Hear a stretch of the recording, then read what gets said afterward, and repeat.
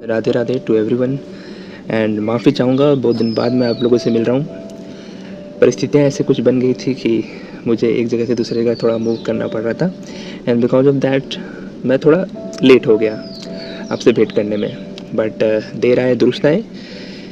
तो let's begin once again. जो हम लोग जहाँ तक पढ़ चुके थे अब उससे आगे कंटिन्यू करेंगे। आई होप मेरे को आप याद रखे होंगे एंड अभी अपन साथ में पढ़ेंगे। टॉपिक का नाम है ट्रांसपोर्टेशन इन प्लांट्स। बेसिक बात है कि ट्रांसपोर्टेशन इन ह्यूमन बींग्स, जिसको हम लोग सर्कुलेटरी सिस्टम भी कहते हैं, क्योंकि वहाँ पे ब्लड सर्कुलेट होता है और बाकी सारी चीज़ों को वो ट्रांसपोर्ट करता था, है ना जी। तो इस तरीके से हम लोग वो पढ़ चुके थे। अगर आप वो वीडियोज़ वगैरह पहले का पढ़ा हुआ नहीं है तो आप कुछ ज़्यादा नहीं करना है, वो प्लेलिस्ट सेक्शन में बना हुआ है, आप आराम से वहाँ पे जाकर रिविजिट करें। खैर, हम लोग का जो आज का टॉपिक है उसको हम लोग स्टार्ट करते हैं। टॉपिक का नाम है transportation in plants. Transportation in plants, तो प्लांट्स और एनिमल में कुछ बेसिक डिफरेंसेस जो आप जानते ही होंगे कि प्लांट्स इमोबाइल होते हैं और जो एनिमल है वो मोबाइल है। मोबाइल मतलब आप फ़ोन वाला मोबाइल मत समझें, मोबाइल मतलब मूविंग। मैं जो वर्ड लिख रहा हूँ वो वर्ड मतलब होता है MOBILE, मोबाइल। मोबाइल मतलब इन मोशन, ठीक है, एक जगह से दूसरी जगह जाना। तो खैर, ये तो प्लांट्स और एनिमल्स के बीच डिफरेंस की बात होगी। जो प्लांट्स में ट्रांसपोर्टेशन का इशू होता है वो किस चीज़ को मेनली ट्रांसपोर्ट करता है। ऐसे तो बेहतरी चीज़ है, बट मेनली आप क्या पढ़ोगे, तो सबसे पहले आप पढ़ोगे, हम लोग एक खांचा तैयार कर लेते हैं कि हम लोग को पढ़ना क्या है। गैसेस के बारे में पढ़ोगे। ऑब्वियसली गैसेस में मेनली आप ऑक्सीजन एंड कार्बन डाइऑक्साइड पर फोकस करोगे कि वो कैसे ट्रांसपोर्ट होता है। दूसरा जो आप पढ़ोगे वाटर, वाटर कैसे ट्रांसपोर्ट होता है। और वाटर के साथ ही एक वर्ड और आ जाता है मिनरल, क्योंकि कुछ मिनरल वाटर में ही डिजॉल्व होते हैं और कुछ मिनरल डायरेक्ट पिकअप लेते हैं हम लोग, ठीक है। और तीसरा जो पढ़ोगे वो होगा फ्लोएम, ठीक है। सॉरी, फ्लोएम ना लिख के मैं अगर लिखूँ ज़्यादा बेटर वर्ड, फूड, ठीक है। फ्लोएम तो वो टिश्यू हो गया जो फूड को ट्रांसपोर्ट करती है।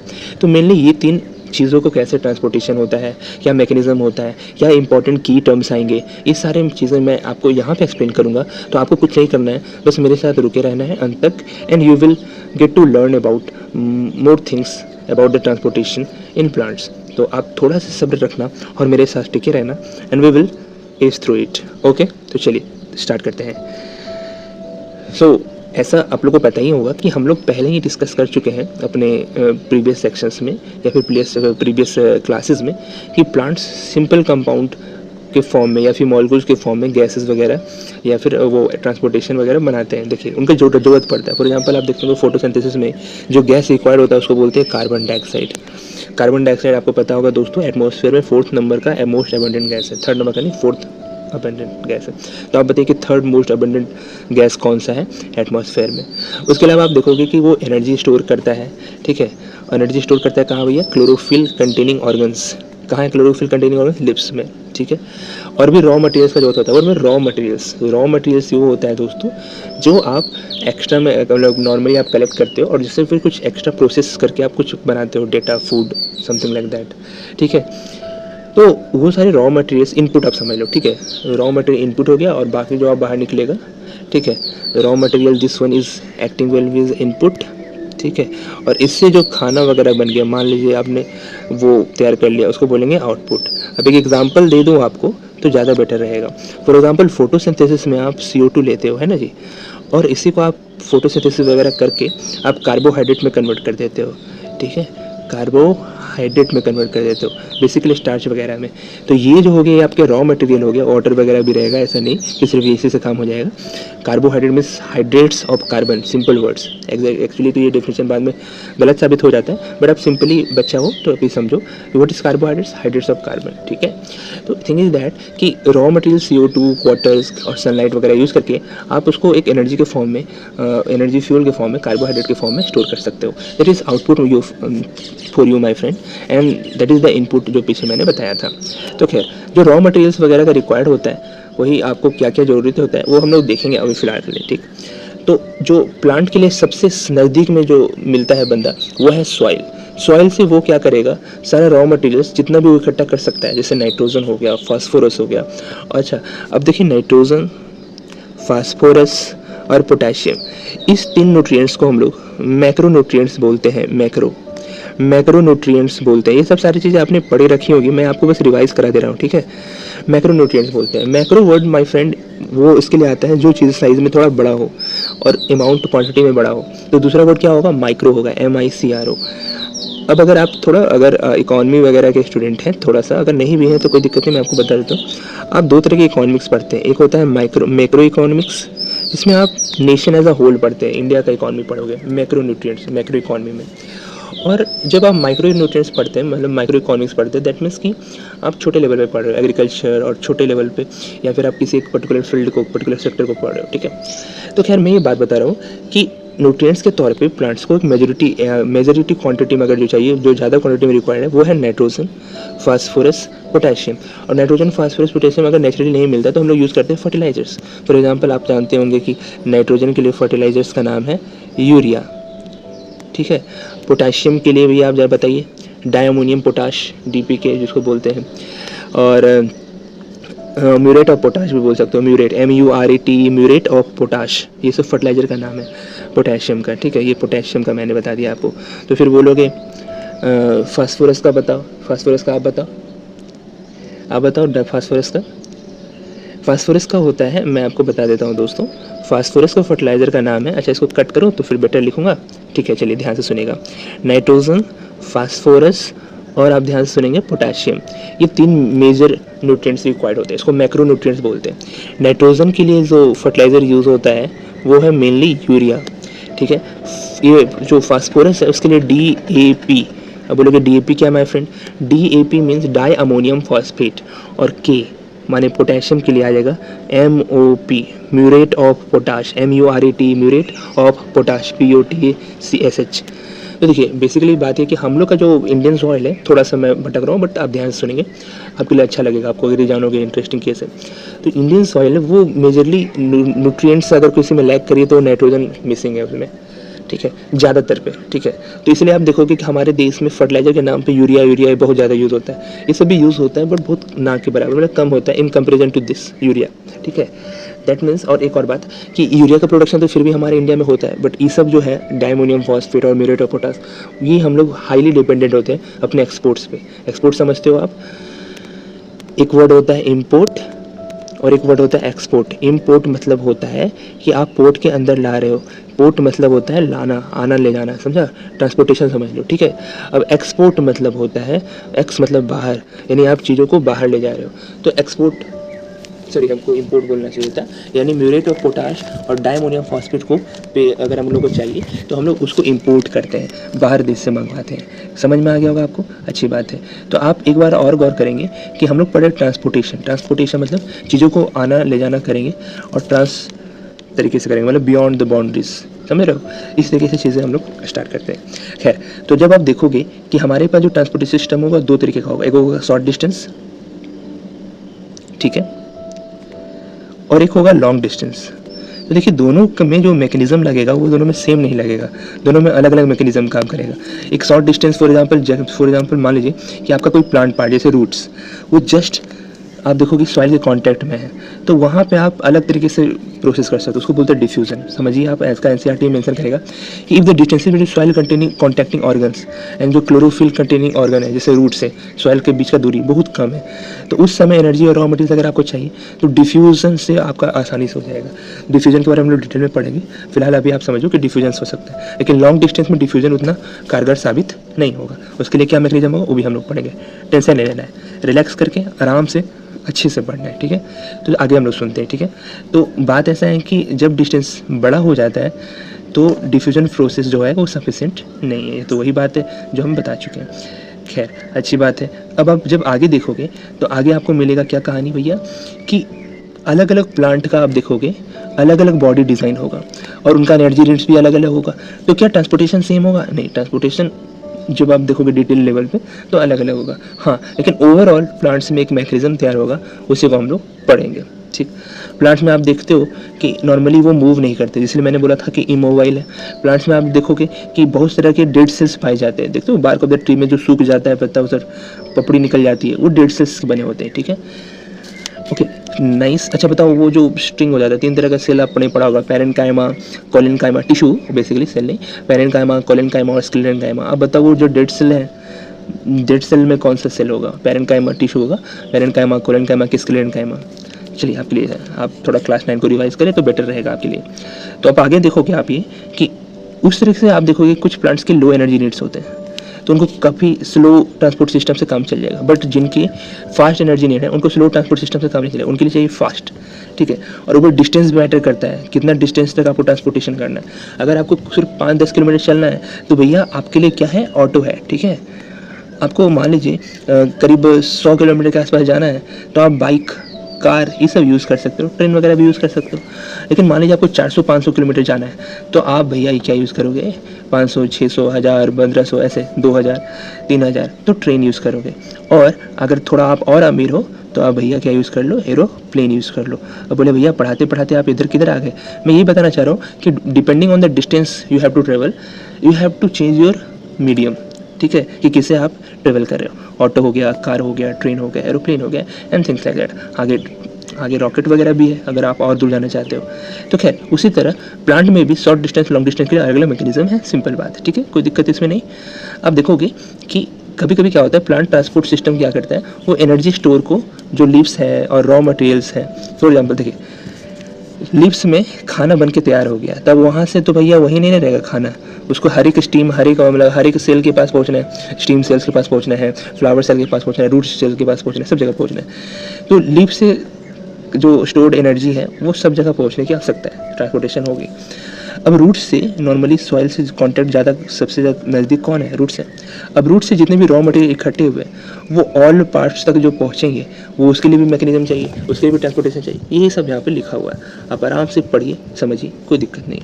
अब देखोगे कि ये जो पैथवेज है, दो अलग अलग जो मैंने बताया, तो लीफ से जो फूड वगैरह जो स्टोर्ड एनर्जी है वो जाएगा और एक रूट से जो रॉ माल मटेरियल जाएगा, उसके अलग अलग दो इंडिपेंडेंट, आपस में मिलते ना हो, ऑर्गेनाइज कंडक्टिंग ट्यूब्स होते हैं। कंडक्टिंग मतलब आप कंडक्ट कर रहे हो किसी ना चीज़ को, एक जगह से दूसरी जगह ले जा रहे हो। ट्यूब्स तो समझ रहे हो, ट्यूब्स, अरे पाइप ट्यूब तो समझो करो। ठीक है, तब हमारे पास दो चीज़ है, एक है जाइलम और एक है फ्लोएम। देखिए अगर आप कंफ्यूज होते हो कि जाइलम क्या करता है, फ्लोएम क्या करता है, तो कहते जाइलम वर्ड में ज स्टार्ट हो रहा है, ज से जल, जल को अंग्रेजी में क्या बोलते हैं माय फ्रेंड, वाटर। तो जाइलम ट्रांसपोर्ट वाटर, फ्लोएम फ से फल, फ से फूड, जो बोलना है बोलिए। फ्लोएम ट्रांसपोर्ट करता है फूड। कुछ भी ऐसा कुछ लॉजिक लगाओ और आपको याद रखना चाहिए। तो जाइलम ट्रांसपोर्ट्स और वाटर्स एंड मिनरल्स और phloem transports food in plants. Okay, तो इस तरह के दो इंडिपेंडेंट ट्रांसपोर्टेशन सिस्टम है। अब हम लोग स्टार्ट करते हैं ट्रांसपोर्ट ऑफ वाटर। ठीक है, अब देखो ट्रांसपोर्ट ऑफ वाटर से पहले मैं बता दूं, थोड़ा सा यहाँ पे आपका मिसिंग है। वो है मिसिंग क्या, वो है एक्सचेंज ऑफ गैसेस। तो एक्सचेंज ऑफ गैसेस के बारे में मैंने बताया था, उसके लिए जो प्रोसेस होता है उसको बोलते हैं डिफ्यूज़न। उसके लिए क्या प्रोसेस होता है, डिफ्यूज़न। डिफ्यूज़न क्या है, the exchange of gases from, कोई भी चीज़ अगर होता है तो वो दो तरीके से होता है, higher concentration to lower concentration. अगर कोई चीज़ हाई कंसनट्रेशन से लो कंसनट्रेशन मूव कर रहा है, अगर गैस मूव कर रहा है तो उसको हम लोग डिफ्यूजन बोलेंगे। और ये अगर वाटर मूव करता है तो उसको बोलते हैं ऑस्मोसिस। ये आप पढ़ चुके हैं। The movement of water from high concentration to low concentration is called osmosis, and the movement of gases, the exchange of gases from higher concentration to lower concentration is called diffusion। ठीक है, तो diffusion के बारे में हम लोग थोड़ा सा जान लेते हैं, उसके बाद फिर हम लोग स्टार्ट करेंगे। एक और डिफ्यूज़न होता है, एक होता है देखिए फैसिलिटेड डिफ्यूज़न, फैसिलिटेड। ठीक है, फैसिलिटेड डिफ्यूज़न, राइटिंग नोट करना, आप थोड़ा स्पीड में लिख रहा हूँ। फैसिलिटेड डिफ्यूज़न ये होता है कि उसको किसी न किसी चीज़ की फैसिलेशन की आवश्यकता है, वो अपने आप नहीं होगा। ठीक है, अब देखिए जब अपने आप नहीं होगा, क्यों नहीं होगा अपने आप, क्योंकि भैया देखिए कभी कभी डिफ्यूज़न की आवश्यकता उल्टा होती है, लो से हाई की ओर जाने की आवश्यकता होती है, लो कंसंट्रेशन से हाई कंसंट्रेशन। अब लो कंसंट्रेशन से हाई कंसंट्रेशन तो अपने आप नहीं होगा क्योंकि वो नेचुरल नहीं है। जो भी चीज़ नेचुरल नहीं है उसके लिए आपको एक्स्ट्रा आवश्यकता पड़ेगी किसी न किसी चीज़ को। उस चीज़ को एक्स्ट्रा आवश्यकता जो डिफ्यूज़न करवाए, फैसिलिटेट करवाए डिफ्यूज़न को, उसको बोलते हैं मेम्ब्रेन प्रोटीन्स। देखिए क्लास 9 में आपको ये सब, और 10th में, सॉरी क्लास 10th में ये सब आपको एक्स्ट्रा इन्फॉर्मेशन की जरूरत नहीं है। आप जब 11-12 में जाओगे तो ये सब भी आपको पढ़ना रहेगा। मैं बता इसलिए दे रहा हूँ कि जिन बच्चों को बायोलॉजी में इंटरेस्ट लगता है कि हाँ भाई थोड़ा और डिटेल, ऐसे लोगों के लिए मैं बता रहा हूँ। और जिनको लगता है कि भाग हमको इतने में सही है तो वो इग्नोर करें, सिंपल सा बात है। मेम्ब्रेन प्रोटीन जो पोरियंस होता है वो हेल्प करता है इस तरह के लो कंसंट्रेशन से हाई कंसंट्रेशन मूवमेंट में ऑफ गैसेस में। ठीक है, मेम्ब्रेन प्रोटीन्स, फैसिलिटेटेड डिफ्यूजन बोलते हैं इसको। अच्छा सोचो कि डिफ्यूजन कौन कौन से रेट पे डिपेंड करेगा, तो भैया रेट ऑफ डिफ्यूजन जो है, जो रेट ऑफ डिफ्यूजन है वो बहुत सारी बातों पे डिपेंड करेगा। क्या क्या बात पे डिपेंड करेगा, अच्छी बात है तो ध्यान से सुनेंगे आप। सबसे पहले तो यही बात पे डिपेंड करेगा कि भैया टेम्परेचर क्या है। ठीक है, अगर टेम्परेचर ज़्यादा रहा तो डिफ्यूजन क्या होगा, ज़्यादा होगा। ठीक है, अच्छी बात है। दूसरा प्रेशर पे डिपेंड करेगा।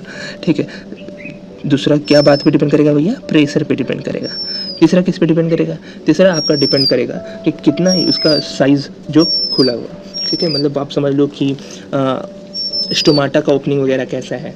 ठीक है, कितना एटमॉस्फेयर में हवा मौजूद है, कंसंट्रेशन आप समझ लो। ठीक है, दैट मीन्स कि डिफ्यूज़न जो है, एक चीज़ मैं आपको और बता देता हूँ, दो तरह के सिस्टम होते हैं ट्रांसपोर्ट सिस्टम प्लांट में ही, तो ध्यान से सुनेंगे। एक होता है पैसिव ट्रांसपोर्ट और एक होता है एक्टिव ट्रांसपोर्ट। अब जो कि पैसिव ट्रांसपोर्ट और एक्टिव ट्रांसपोर्ट में बेसिक फ़र्क क्या है वो मैं बताता हूँ। पैसिव ट्रांसपोर्ट इज़ समथिंग जिसमें एनर्जी रिक्वायरमेंट्स नहीं है। एटीपी मॉलिक्यूल जो एनर्जी बनता है, याद होगा आपको, उसका रिक्वायरमेंट नहीं है, वो अपने आप होगा। अपने आप होगा मतलब नेचुरल है। एक्टिव ट्रांसपोर्ट में आपको मदद की आवश्यकता पड़ती है। आप मेम्ब्रेन प्रोटीन वगैरह लोगे, एनर्जी रिक्वायरमेंट्स का लगेगा, उसको बोलते हैं एक्टिव ट्रांसपोर्ट। तो उसको जो डिफ्यूजन कैसा ट्रांसपोर्ट होगा, डिफ्यूजन पैसिव ट्रांसपोर्ट का एग्जांपल होगा। Why? Because this is a flow of gas from higher concentration to lower concentration. Case में किसी एनर्जी की रिक्वायरमेंट थी नहीं, तो this is example of passive transport. I hope you get it. उसके अलावा मैंने बता ही दिया कि डिफ्यूजन आपका कंसंट्रेशन ग्रेडियंट यानी कितना कंसंट्रेशन में डिफरेंस है उस पर डिपेंड करेगा। मेम्ब्रेन परमेबिलिटी कि कितना मेम्ब्रेन परमिट कर रहा है कि आ जाओ या फिर रोक रहा है कि नहीं भाई रुक जाओ। दूसरा है साइज कि मॉलिक्यूल का साइज़ क्या है। अगर छोटा मॉलिक्यूल है तो फास्टर डिफ्यूज़ होगा और बड़ा मॉलिक्यूल है तो थोड़ा लेट डिफ्यूज़ होगा। उसके बाद आप समझ लो टेम्परेचर है, प्रेशर है एंड थिंग्स लाइक दैट। ठीक है, यही सारी बातें हैं। क्लियर हो गई बात? अच्छा, जो फैसिलिटेटेड डिफ्यूजन मैंने बताया वो बेसिकली किस पे काम करता है, वो ऐसे आयंस पे काम करता है जो बेसिकली क्या होते हैं, हाइड्रोफिलिक होते हैं। हाइड्रोफिलिक आयंस के मूवमेंट के लिए फैसिलिटेटेड डिफ्यूजन होता है। वो जो मैंने बताया ना, मेम्ब्रेन प्रोटीन पोरिन्स, उसमें से होता है। अब सोचो हाइड्रोफिलिक कौन होते हैं? हाइड्रो मतलब पानी और फिलिक मतलब प्यार। जो पानी से करे प्यार वो प्रेस्टीज से कैसे करेगा इनकार? गलत बात, ये तो फ्लो में बोल गया। इन शॉर्ट हाइड्रोफिलिक मतलब जो पानी को पसंद करता होगा, वो क्या होता है, उनको मेम्ब्रेन परमिट नहीं करती है। बोलेंगे मेम्ब्रेन उनको परमिट क्यों नहीं करती, उनको क्यों फैसिलिटेटेड डिफ्यूजन की आवश्यकता पड़ गई? क्योंकि मेम्ब्रेन जो बनी होती है माय फ्रेंड, वो लिपिड्स और फैट से बनी होती हैं। अब बताओ, लिपिड्स और फैट्स जो है क्या वो पानी किससे दूर तक आता है? नहीं। तो ये जिसको परमिट करेगी वो होने चाहिए हाइड्रोफोबिक। जिनको पानी से डर लगता है उनको ये पसंद करेगी लिपिड्स और फैट्स। जो वाटर में इनसॉल्युबल होते हैं, मतलब हाइड्रोफोबिक वाले, फोबिक डर वाले, फोबिया मतलब डर होता है, वो लिपिड्स और फैट्स उनको वेलकम करेंगे। तो हाइड्रोफोबिक को तो पसंद करेंगे, उनका तो पैसिव ट्रांसपोर्ट हो जाएगा। बट हाइड्रोफिलिक वाले जितने भी आयंस हैं उनको ये पसंद नहीं करते, तो उनको मेम्ब्रेन परमिटिविटी कम मिलेगी। अब वहाँ पे जाइए उनको फैसिलिटेशन, और वो फैसिलिटेशन प्रोवाइड करता है, मैंने बता दिया, मेम्ब्रेन प्रोटीन जिसका नाम है क्या, पोरिन्स। चलिए खैर, डिफ्यूजन में इतना चीज़ काफ़ी था। अब हम लोग पढ़ेंगे ऑस्मोसिस। क्या पढ़ेंगे माय फ्रेंड? ऑस्मोसिस। ठीक है, चलिए हमारे पास अभी 20 मिनट्स और हो गए और हमारे पास समय है अभी, तो हम लोग ये जो ट्रांसपोर्टेशन प्लांट्स है पूरा कंप्लीट करेंगे आज। ठीक है, एंड नेक्स्ट डे आप प्रोबेबली समझ लो कि एक्रीशन पढ़ के हम लोग समाप्त कर देंगे ये चैप्टर। बहुत लंबा चला है, तो सब्र के लिए मैं थैंक यू बोलूँगा आप लोगों को कि आप लोग ने इतना पेशेंसली इस पूरे चैप्टर के साथ रहा और हम लोग के साथ पढ़े। ठीक है, खैर जब आप इतना रुके हैं तो थोड़ा सा और रुक जाइए और हम लोग फिनिश करते हैं। थिंग इज दैट कि जो ट्रांसपोर्टेशन ऑफ वाटर होता है उसमें आप देखोगे तो जाइलम टिश्यू में आपको वेसल्स मिलेगी। वेसल्स बर्तन टाइप का समझ लो जिसमें आप रखते हो, उसी टाइप का होता है, उसी टाइप का सेज होता है। अब मतलब कि आप थाली जैसा होगा, मतलब ये प्लांट वेसल है। ठीक है, आप उसको लॉजिक समझो, एनालॉजी समझो। उसके बाद ट्रैकियार्ड्स होता है जो कि रूट्स, स्टीन्स और लीव्स में पाया जाता है, मतलब सब जगह फैला होता है, अच्छे से आपस में कनेक्टेड होता है ताकि एक पूरा सिस्टम बना सके, ताकि हर एक प्लांट के पार्ट्स तक वाटर का ट्रांसपोर्टेशन इजी वे में आराम से हो सके। ठीक है, शुरुआत में आप देखोगे रूट्स से कहानी स्टार्ट होगी। रूट्स में सेल कांटेक्ट में होता है सॉइल के साथ, जो कि आयंस वगैरह भी लेने में हेल्प करती है। अच्छा, इंटरेस्टिंग केस में आयंस के बारे में आपको बता दूं कि हमारे बॉडी में डिफरेंट फॉर्म ऑफ आयंस की रिक्वायरमेंट होती है। कुछ आयंस मैं आपको बता दूं, फॉर एग्जांपल मान लीजिए आपके पास Na+ और पोटेशियम आयंस होना ही चाहिए आपकी बॉडी में। ये इलेक्ट्रोलाइट की तरह से हेल्प करता है, ये फ्लूइड बैलेंस बनाने में हेल्प करता है। ये जो नर्व्स इम्पल्सेस होते हैं, जो इलेक्ट्रिकल मैसेजिंग सिस्टम है जिसके बारे में आप पढ़ोगे डिटेल में, नर्व्स इम्पल्सेस, उसमें हेल्प करता है। ठीक है, उसके अलावा आप बोलोगे कि भैया और थोड़ा बताओ, तो मैं ये बोलूँगा कि देखिए आप जानते हो कि कैल्शियम के बारे में, ये बोन मिनरलाइजेशन के बारे में बात करता है, बोन और टीथ, इसके लिए आपको हेल्प करता है। अब मैंने आपको हल्के में एक वर्ड बता दिया, बोन मिनरलाइजेशन, ठीक है, मिनरल आप वर्ड जानते हो, मिनरलाइजेशन, दैट मीन्स प्रोनाउंसिएशन कभी कभी गलत हो जाता है। खैर चलिए, तो दैट मीन्स कि जो बोन का स्ट्रेंथनिंग में हेल्प करेगा कैल्शियम आयंस। ठीक है, अब इसी तरह बोलोगे नहीं भैया आप तो प्लांट पढ़ा रहे हो, प्लांट का एग्जांपल दो ना, तो हम बताते हैं। देखिए प्लांट की क्लोरोफिल में एक सेल होता है, ठीक है, क्या गंदा राइटिंग लिखाता है भाई, चलो कोई बात नहीं, वापस से कोशिश करते हैं। वो सेल का नाम है मेसोफिल। अब देखो मेसोफिल में बेसिकली मैग्नीशियम प्रेजेंट होता है। अब वो मैग्नीशियम हेल्प करता है आपके फोटोसिंथेसिस में। इस तरह के आयंस आपको रिक्वायर्ड होते हैं, चाहे प्लांट हो चाहे एनिमल हो। तो इसीलिए क्या जरूरी है कि वो आयंस भी आप लो, और वो आयंस कहाँ से लोगे आप, जो वाटर वगैरह इंटेक कर रहे होगे तो वाटर में आपको वो आयंस मिल जाएंगे, या फिर आप कुछ आयंस डायरेक्टली भी ले सकते हो। तो इस तरीके से क्या होता है, यहाँ पे आयन का यूज़ क्या है, यहाँ आयन क्या करेगा, जब आप आयन ले लेगा रूट्स, तो देखिए क्या हो जाएगा, रूट्स में आयन की संख्या बढ़ गई। अब रूट्स में आयन की संख्या बढ़ गई, उसकी वजह से वाटर कंसंट्रेशन क्या हो गया, वहाँ का घट गया। अगर कुछ बढ़ेगा तो उसकी वजह से अपोजिट में तो घटेगा। अब देखो सॉइल में जो है वाटर ज़्यादा है, सॉइल में जो है वाटर क्या है, ज़्यादा है, ये पानी है जी, ठीक है, ये पानी है। अब क्या होगा कि रूट में वाटर कम है, high concentration to low concentration में कंसंट्रेशन डिफरेंस क्रिएट हो गया। अब वाटर मूव करेगा सॉइल से रूट्स की तरफ, ठीक है, और इसी मूवमेंट को हम लोग ऑस्मोसिस बोलते हैं। इसी मूवमेंट को हम लोग क्या बोलते हैं, ऑस्मोसिस। ये एक्टिव ट्रांसपोर्ट होगा, पैसिव ट्रांसपोर्ट अपन बोलेंगे पैसिव ट्रांसपोर्ट। क्यों, क्योंकि नेचुरल हो रहा है, ठीक है। ये सब यहाँ पे लिखा हुआ, आराम से आप पढ़िए, कोई तकलीफ आपको नहीं होगा। तो वाटर देखिए रूट में आ गया है, और इस तरीके से क्यों रूट में है, ताकि वो जो कंसंट्रेशन डिफरेंस क्रिएट हुआ था वो हट सके, ठीक है, अच्छी बात है। तो इस तरीके से हम लोग ये सब पढ़ चुके हैं। अब हम लोग आगे करते हैं, तो आप देखोगे कि एक स्टेडी फ्लो स्टार्ट हो जाएगा वाटर का, जो कि रूट जाइलम में जाएगा, और उससे बनेगा एक कॉलम ऑफ वाटर जो कि हमेशा ऊपर की ओर बनेगा, ऊपर की ओर पुश होगा, ठीक है, अच्छी बात है। तो आप देखोगे कि ये जो प्रेशर बना, अच्छा कौन सा प्रेशर, इस प्रेशर को अपन बोलते हैं रूट प्रेशर, ठीक है, नाम नोट कर लेना, ठीक है। तो आप समझो कि वाटर के मूवमेंट के लिए एक पहला जो रिक्वायर्ड चीज़ है वो है रूट प्रेशर। मैं पहला क्यों बोल रहा हूँ, क्योंकि जो रूट प्रेशर है ना, वो बड़ा छोटा शॉर्ट डिस्टेंस के लिए काम करेगा, कुछ कम हाइट तक ही आपको वाटर को मूव कर पाएगा। बट आप देखते हो कि ट्रीज वगैरह तो बहुत बड़े बड़े हाइट के होते हैं, अब उतना दूर तक कैसे जाएगा भाई। तो उतना दूर तक मूव करने के लिए आपको एक प्रेशर और की आवश्यकता होगी, एक और पुल की आवश्यकता होगी, and that pull is known as my friend transpiration pull. अब आप लोग समझेंगे, अकबकाने की आवश्यकता नहीं है, मैंने बोला ट्रांसपिरेशन पुल, ट्रांसपिरेशन प्रेशर। किसी कोई लोग इसको सक्शन प्रेशर भी बोलते हैं। सक्शन प्रेशर क्या है, ट्रांसपिरेशन पुल क्या है, सब समझेंगे, आंख बकाने की आवश्यकता नहीं। जो मैंने बोला यही यहाँ पे लिखा हुआ, आप आराम से पढ़िए। हम लोग एक्टिविटी 5.8 पे जाते हैं। तो बात ऐसा है कि जब आप देखोगे कि आप एक्टिविटी जो कहना चाह रहे हैं उसको हम लोग समझते हैं। आप ना 2 पॉट लो, 2 पॉट में एक में तो आप प्लांट लगा दो, ठीक है, और दोनों में सॉइल जो होना चाहिए वो दोनों सेम होना चाहिए, ठीक है, और सेम अमाउंट का होना चाहिए। एक में तो प्लांट लगा दो, दूसरे में क्या करो, उसी हाइट का एक स्टिक लगा दो, ठीक है, स्टिक मतलब छड़ी। अब क्या करो, दोनों सॉइल को आप कवर कर दो अच्छे से प्लास्टिक सीट वगैरह से, मॉइस्चर ताकि बाहर ना निकल सके इवेपोरेशन के कारण। अब और क्या करो, अब दोनों साइड को तो कवर कर ही दिया आपने, अब आप क्या करो, उनको ब्राइट सनलाइट में ले आओ आधा घंटा के लिए। अब बताओ दोनों केस में क्या डिफरेंसेस क्रिएट होंगे। एक जगह आपने सुना कि छड़ी लगा दिया और एक जगह प्लांट लगा दिया, तो बताइए फोटोसिंथेसिस कहाँ होगा। Simple common sense, obviously you will say कि भैया अथी में होगा, प्लांट में होगा।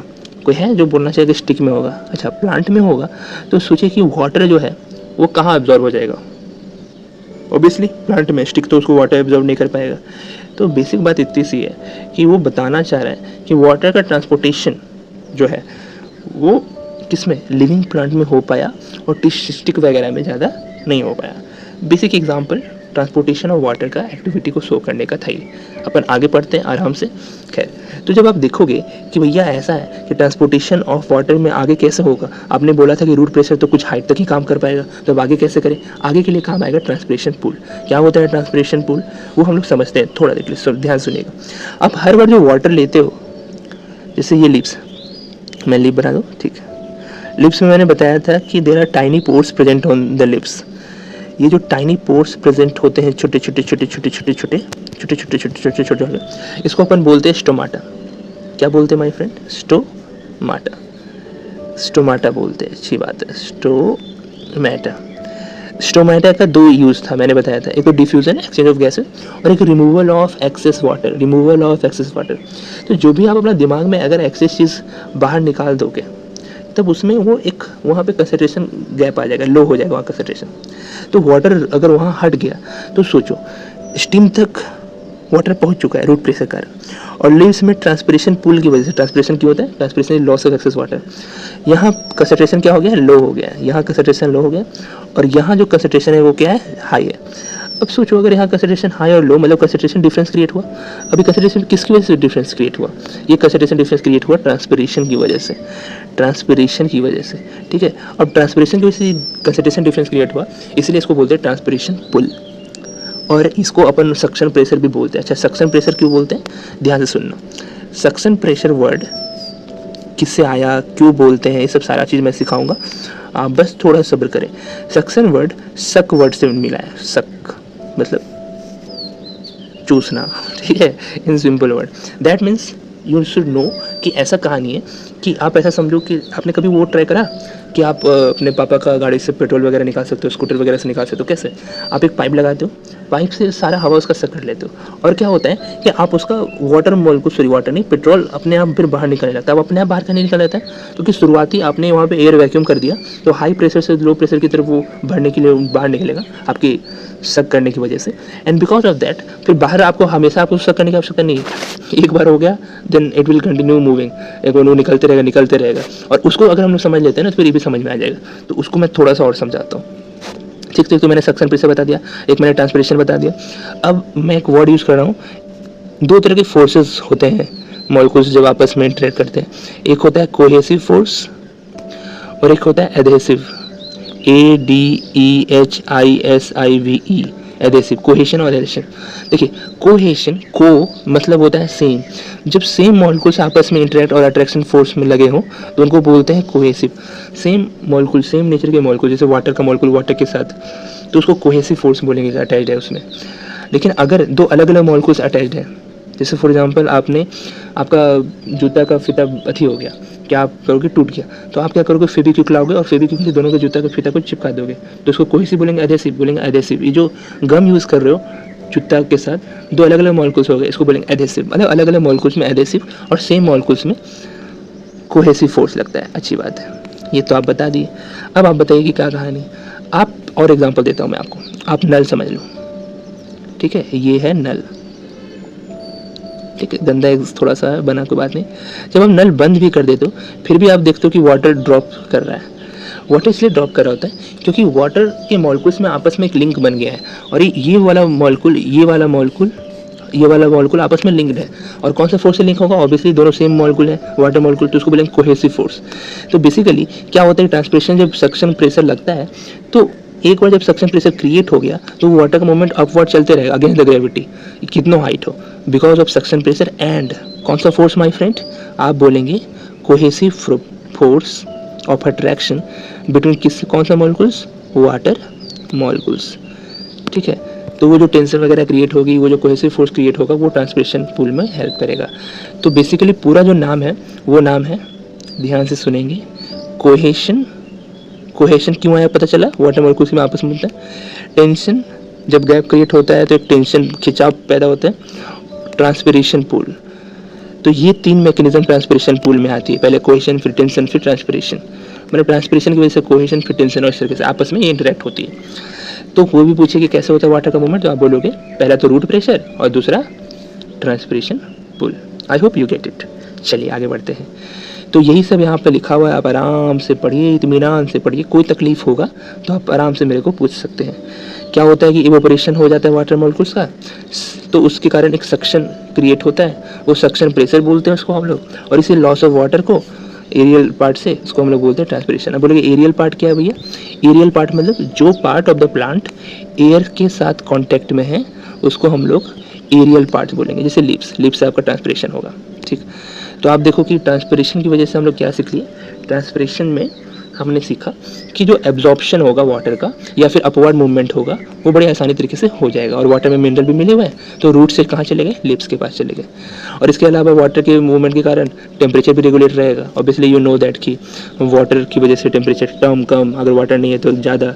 और ऐसे एग्जाम्पल अगर आप अभी भी नहीं समझ में आए तो आप सोचो कूलर को अगर आप चाहते हो कि कूलर अच्छे से वर्क करे तो आप देखते हो उसमें बार बार आप पानी मिलाते हो। Just like that temperature regulation में हमारा वाटर और ट्रांसपिरेशन हेल्प करता है प्लांट्स में, ठीक है। तो रूट प्रेशर वगैरह आप समझ लिए कि जो अच्छा सोचो 2 मिनट सोचना। यहाँ पे एक बहुत इंपॉर्टेंट बात लिखा, effect of root pressure is transport of water is more important at night. Night में क्यों इसका ज़्यादा इंपॉर्टेंस बढ़ जाता है? क्योंकि मैंने आपको क्या बताया, एक रूट प्रेशर एक ट्रांसपिरेशन, ठीक है। देखिए जो स्टोमाटा का फंक्शनिंग होता है ना, स्टोमाटा में आप जानते होंगे कि गार्ड सेल द्वारा प्रोटेक्टेड होती है। जो गार्ड सेल है ना, ये गार्ड सेल ओपन नॉर्मली पता है कब रहता है, दिन में, क्योंकि दिन में ट्रांसपिरेशन बेटर होता है, इवेपोरेशन हेल्प करता है ट्रांसपोर्टेशन में। और इवेपोरेशन कब होगा, सन के प्रेजेंस में। सन कहाँ होता है, डे टाइम में। तो ये जो गार्ड सेल है वो इनएक्टिव होता है नाइट टाइम में। अब इनएक्टिव होगा तो क्या ट्रांसपिरेशन होगा माय फ्रेंड? नहीं होगा ट्रांसपिरेशन। तो मैंने बताया था ट्रांसपोर्टेशन ऑफ वाटर के लिए 2 चीज़ चाहिए, एक चीज़ चाहिए रूट प्रेशर, दूसरा चाहिए ट्रांसपिरेशन पुल। नाइट में जब ट्रांसपिरेशन पुल है ही नहीं तो कौन हेल्प करेगा? ज़्यादातर हेल्प करेगा आपका रूट प्रेशर। तो भैया कोई बड़ा बुजुर्ग पूछे कि why effect of root pressure is more important at night, तो आप बता देना, ठीक है। वही देखिए यहाँ पे आपका लिखा हुआ है, आप आराम से पढ़िए और हम लोग आगे बढ़ते हैं। खैर आगे बढ़ने से पहले वाटर का थोड़ा सा मैं आपको और रिवाइज करा दूँ। जो वाटर का मूवमेंट होता है ऑस्मोसिस, जो मैंने बताया था, हाई कंसंट्रेशन लो कंसंट्रेशन, उसमें 3 तरह के सॉल्यूशन आपको पढ़े जाते थे।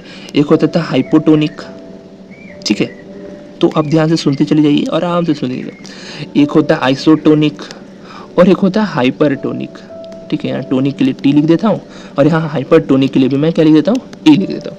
तो हाइपोटोनिक, आइसोटोनिक, हाइपरटोनिक, ये 3 तरह के सॉल्यूशन होते थे। हाइपोटोनिक सॉल्यूशन में क्या होता था, वाटर का कंसंट्रेशन, मैं बता दे रहा हूँ आपको, वाटर का कंसंट्रेशन जो होता था वो ज़्यादा होता था सॉल्यूशन में, ठीक है। ओहो, सॉल्यूशन में ज़्यादा होगा तो ऊपर ना जाएगा जी, हाँ। आइसोटोनिक में क्या होता था, बराबर होता था सेल में भी और सॉल्यूशन में भी। और हाइपरटोनिक में वाटर कंसंट्रेशन क्या होता था, वाटर कंसंट्रेशन होता था, रुक जाइए इसको मैं यहाँ लिख दूँ, अरे बाबा तू ऊपर जा भाई, तू ऊपर जा, चला गया ऊपर।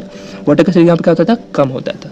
अब ध्यान से सुनिए, बोलेंगे भैया नहीं थोड़ा सा तो और लग रहा है। आप बताए थे हाइपो मतलब होता है कम, ठीक है, और हाइपर मतलब बताए थे ज़्यादा, आप लिख रहे हो उल्टा।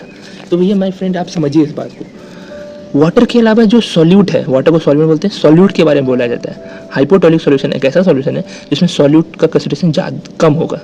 अब सॉल्यूट का कंसंट्रेशन ज़्यादा होगा तो सॉल्यूट का कंसंट्रेशन क्या होगा, सॉल्वेंट मतलब वाटर का कंसंट्रेशन क्या होगा, ज़्यादा होगा। तो ये डेफिनेशन सॉल्वेंट के हिसाब से दिया जा रहा है, इसीलिए उल्टा हो गया है, ठीक है। तो आप कंफ्यूज मत होना, नॉर्मली डेफिनेशन सॉल्यूट के हिसाब से दिया जाता है, तो हाइपो वर्ड इसलिए आया तो उसमें वाटर कंसंट्रेशन के अलावा जो सॉल्यूट होगा वो कम होगा, तो अपने आप वाटर कंसंट्रेशन क्या होगा, ज़्यादा, और ये काम वहाँ पे हाइपर में हो रहा है।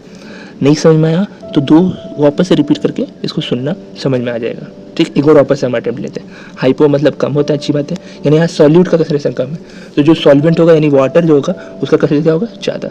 हाइपर उल्टा होगा और आइसो तो बराबर होता है। क्लियर हो गया बात, अच्छी बात है। अब देखो, अगर वाटर कंसंट्रेशन बाहर सराउंडिंग सॉल्यूशन में ज़्यादा है तो सेल में क्या होगा, सेल में कम होगा, यानी कम है सेल में तो सेल में पानी आ जाएगा, सेल में पानी आ जाएगा तो सेल का क्या हो जाएगा, स्वेलिंग, सेल का क्या हो जाएगा, स्वेलिंग। यहाँ उल्टा होगा, सेल से पानी बाहर चला जाएगा तो इसको बोलेंगे श्रिंकेज, सेल का क्या होगा, श्रिंकेज, ठीक है। ध्यान से सुनते चले जाना, अच्छे से, बहुत काम का चीज़ सिखा रहा हूँ। तो सेल का श्रिंकेज होगा, सेल का श्रिंकेज को अपन बोलते हैं, इससे उस सेल का श्रिंकेज हो रहा है हाइपरटोनिक सॉल्यूशन में, उसको बोलते हैं प्लाज्मोलाइसिस। प्लाज्मा से वाटर रिमूव हो गया, ठीक है, श्रिंकेज हुआ, ठीक है। आइसोटोनिक में क्या होगा, आइसोटोनिक में कुछ नहीं भैया, आइसोटोनिक में नॉर्मली वो ना तो इन होगा ना तो आउट होगा, ओवरऑल रिजल्ट 0 रहेगा, तो उसको बोलते हैं फ्लैसिड। फ्लैसिड मतलब ढीला ढाला, ठीक है, ढीला ढाला सेल जो रहेगा फ्लैसिड रहेगा, फ्लैसिड, FLACCID, यहाँ पे जगह नहीं इसलिए लिखा नहीं पूरा। और हाइपोटोनिक सॉल्यूशन में क्या होगा, हाइपोटोनिक सॉल्यूशन में सेल अंदर आएगा, वाटर स्वेल कर जाएगा। अब स्वेल करने की वजह से एक प्रेशर क्रिएट होगा, उसको बोलते हैं turgor pressure, turgor, TURGOR, turgor pressure. Turgidity सुना होगा आपने, टर्जिडिटी, TURGIDITY, टर्जिडिटी, ये कौन क्रिएट करता है, वही टर्गर प्रेशर। टर्गर प्रेशर कहाँ क्रिएट होगा, हाइपोटोनिक सॉल्यूशन में। फ्लैसिड कब रहेगा सेल आपका, आइसोटोनिक में। और भैया प्लाज्मोलाइसिस, श्रिंकेज ऑफ सेल का होगा तो हाइपरटोनिक में। चलिए समय कितना हो गया? ओहो, ये तो भैया मूव हो गया ना, हम लोग इसको थोड़ा सा वापस ले जाते हैं और इसको हम सीखते हैं transportation of food and other substances. थोड़ा डिटेल में इधर उधर बताने के चक्कर में हम लोग का समय जाता है, तो आई hope you can tolerate this. थोड़ा एक्स्ट्रा पढ़ो यार, थोड़ा सीखो, बेटर लगेगा आपको, अच्छी बात होता है। चलिए खैर, transportation of food and other substances, समझिए आप इस बात को। पता है एक बात मैंने रियलाइज़ करा है कि चलते चले जाना उस समय आसान नहीं होता जिस समय आपको कुछ खास सामने मंजिल नहीं दिख रहा होता। आप अकेले चल रहे होते हैं और कोई नहीं है आपके साथ, कोई ऐसा नहीं है कि भाई ताली बजा रहा है, वाह वाह वेरी गुड वेरी गुड। तो उस समय अगर आप चल सकते हो ना, तो आप कभी भी चल सकते हो, ठीक। क्योंकि जब आपके साथ लोग होंगे तब तो आप आराम से मूव कर ही सकते हो, क्योंकि आप जब आप उनके साथ बात करते करते कब रास्ता बीतेगा पता भी नहीं चलेगा। लेकिन माय फ्रेंड, अगर आपको आदत बनाना है किसी चीज़ का, तो वो है अकेले रहने का, अकेले चलने का। Why I am saying this? Because this is very important, इसलिए हम कह रहे हैं। इसलिए आप आदत बनाओ, ठीक है, without any motivation, without getting any result, फिर भी अगर आप अपना काम करते रहते हो, दैट मीन्स कि आपको सक्सेसफुल होने से कोई नहीं रोक सकता।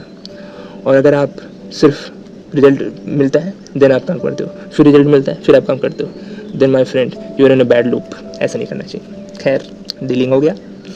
चलिए वापस टॉपिक पे आते हैं और हम लोग पढ़ाई स्टार्ट करते हैं। तो अब हम लोग सीखेंगे कि फूड और अदर सब्सटेंसेस के जो ट्रांसपोर्टेशन वगैरह होते हैं वो कैसा होता है और उसमें क्या चीज़ें हेल्प करती हैं और क्या चीज़ें हेल्प नहीं करती है। चलिए, मेरे को ख्याल आ रहा है दिमाग में, जस्ट एक बात बता दूँ आपको कि जो वाटर है, फूड है, ये सब सारे ट्रांसपोर्टेशन के लिए अलग अलग मैकेनिज्म काम करेगा। जो फूड बनता है वो फूड बनता है, जो प्रोसेस होती है वो बोलते हैं मेटाबॉलिज्म, ठीक है। मेटाबॉलिज्म आप समझो, मेटाबॉलिक एक्टिविटीज़। मेटाबॉलिक एक्टिविटीज़ दो तरीके के होते हैं, कैटाबॉलिक और एक एनाबॉलिक। ध्यान से सुनना, ये जो कैटाबॉलिक एक्टिविटी है वो चीज़ों को क्या करती है, छोटे छोटे भाग में ब्रेक करती है। एनाबॉलिक क्या करती है, वो बिल्डअप करती है, छोटे छोटे से बड़े बड़े भाग को बिल्डअप करेगी। मैंने एग्जांपल बड़ा सुंदर सा दिया था आपको कि अगर प्रोटीन है तो प्रोटीन को आपको तोड़ने की आवश्यकता है, वो अमीनो एसिड में टूटेगा, इसको बोलेंगे कैटाबॉलिक एक्टिविटी। और वही अमीनो एसिड को अगर आप बार बार आप जोड़ के बनाओगे तो उससे प्रोटीन बन जाएगा, उसको बोलते हैं एनाबॉलिक एक्टिविटी। तो ये प्रोटीन का सिंथेसिस और प्रोटीन का ब्रेकिंग दोनों चीज़ हो रहा है हमारे बॉडी में, ठीक है। प्रोटीन का सिंथेसिस कौन कर रहा है, राइबोसोम, इसलिए उसको protein factory of the cell बोलते हैं। और कैटाबॉलिक प्रोटीन को तोड़ने का हेल्प कौन कर रहा है, तो आप जानते हो पेप्सिन वाला एंजाइम जो डाइजेस्टिव सिस्टम में हेल्प करता था, और आगे जाके और भी प्रोटीन पे काम करेंगे, ट्रिप्सिन वगैरह, ठीक है। तो क्या गौर किए कि मेटाबॉलिक एक्टिविटी में नॉर्मली हमारा दो काम हो रहा है, कैटाबॉलिक और एनाबॉलिक। और जो मेटाबॉलिक एक्टिविटी होगा वो किससे होगा, फूड। अभी मेटाबॉलिक एक्टिविटी कैसे होगा, संभव कैसे, जब वो फूड ट्रांसपोर्ट होगा एक जगह से दूसरी जगह, और उसी को हम लोग अभी यहाँ पढ़ेंगे, ठीक है। अच्छी बात है, तो चलो हम लोग स्टार्ट करते हैं। वाटर मिनरल को हो गया। अब जैसे कि वाटर मिनरल का ट्रांसपोर्टेशन पढ़ चुके, तो हम लोग उसको डिफ्रेंशिएट करके पढ़ेंगे। मतलब डिफ्रेंशिएट मतलब कि वाटर और मिनरल के जितने भी फैक्ट पढ़े हैं उसको हम लोग फूड के साथ रिलेट करके पढ़ेंगे, ठीक है। ये सब देखिए, जितने भी प्रोडक्ट्स मेटाबॉलिक प्रोसेस के निकलते हैं उनको ऑब्वियसली फोटोसिंथेसिस के माध्यम से जो लिव्स में स्टोर्ड होते हैं उनको हमको लिव से अदर पार्ट्स तक पहुंचाना है। अभी जो transport of soluble products photosynthesis का होगा, इसको हम लोग बोलेंगे translocation. Very important for you, translocation. What is translocation my friend? जो सॉल्युबल प्रोडक्ट्स होते हैं फोटोसिंथेसिस के, उसको इधर दूसरे जगह मूव कराना is called translocation. Basically transport of food is called translocation. Excess of removal water is called transpiration, ठीक है, अच्छी बात है। अब ट्रांसलोकेशन में हेल्प करेगा फर्स्ट से फल, फर्स्ट से फूड, फर्स्ट से फ्लोएम, आपको याद रहेगा। अब चूंकि फ्लोएम में भी क्या एक टाइप का सेल रहेगा, फ्लोएम तो टिश्यू हो गया ना जी, इसको बेसिकली बोला जाता है वस्कुलर टिश्यू, ठीक है, वस्कुलर टिश्यू। ये जो वस्कुलर टिश्यूज अवेलेबल होते हैं वो सिर्फ एंजियोस्पर्म में अवेलेबल होते हैं। अब बोलेंगे भैया ये सब क्या क्या नया वर्ड लिख रहे हैं, वो समझ तो नहीं आना। तो देखिए, प्लांट जो होते हैं वो दो तरीके के होते हैं, एक होता है एंजियोस्पर्म और एक होता है जिम्नोस्पर्म। जिम्नोस्पर्म जो फ्लावरिंग प्लांट्स होते हैं उसको बोलते हैं एंजियोस्पर्म, जिसमें फ्लावर क्रिएट होते हैं, फ्रूट वगैरह। और जिम्नोस्पर्म जो होते हैं उसमें फ्लावर क्रिएट नहीं होते। तो एक मस्त वेस्कुलर सिस्टम, कंडक्शन सिस्टम देखोगे, चाहे वाटर के लिए चाहे फूड के लिए, वो आपको सिर्फ कहाँ मिलेगा, वो सिर्फ आपको मिलेगा एंजियोस्पर्म में, ठीक है। तो खैर ये सब छोटी छोटी बातें जो एक्स्ट्रा थी वो तो मैं बताते चला जाऊँगा। तो आप देखोगे कि जो प्रोडक्ट ऑफ फोटोसिंथेसिस निकलता है, जैसे फ्लोएम है, फ्लोएम आपको अमीनो एसिड जो मैंने बताया था, ठीक है। अच्छा, अमीनो एसिड का कोई पूछे कि फॉर्मूला बताओ, तो अमीनो एसिड का फॉर्मूला होगा RCH, इधर OH और इधर NH2, ठीक है। क्या कहानी, अच्छा है बाबा NH2 ना, हाँ NH2। तो RCH बाजू बगल में OH और फिर NH2, इसको बोलते हैं अमीनो एसिड, और बेटर वर्ड है अल्फा अमीनो एसिड।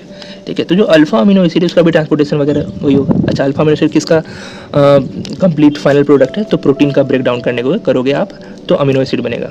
याद है, मोनोमर पॉलीमर, एक चीज़ को जोड़ते जाओ तो पॉलीमर बन जाता है, इथिन इथिन इथिन पॉलीथीन, इथिन हो गया मोनोमर और पॉलीथीन का पॉलीमर। उसी तरह आप क्या करोगे, मान लो बहुत सारा अल्फा अमीनो एसिड जोड़ दोगे, बहुत सारा अल्फा अमीनो एसिड्स जोड़ दोगे तो पता है आपको क्या मिलेगा, आपको मिलेगा प्रोटीन,